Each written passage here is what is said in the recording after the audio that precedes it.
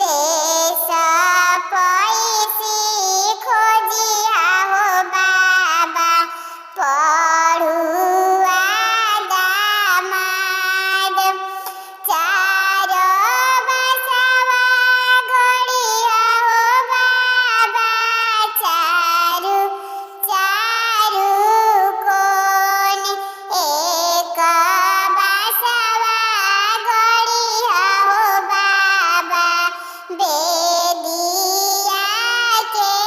बीच एक बसवा गड़िया हो बाबा बेदिया के बीच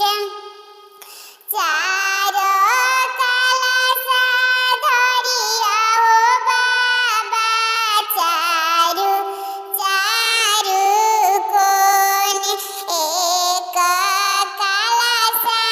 धरिया हो बाबा बेदिया के बीच एक कलश धरिया हो बाबा बेदिया के बीच चारो जाति मडसिया हो बाबा चारू चारू कोन एक जाति मडसिया हो बाबा बेदिया के बीच एक जाति मडसिया हो बाबा बेदिया के बीच एक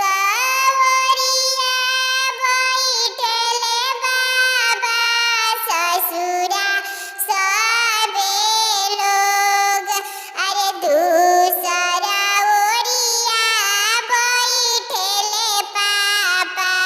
सनैहरा सबे लोग जनिया बैठावेले पापा अपन इहो दिया हाथवाला पाइए पापा करबया जदान हाथवाला पाइए चाचा करबया जदान सोनावा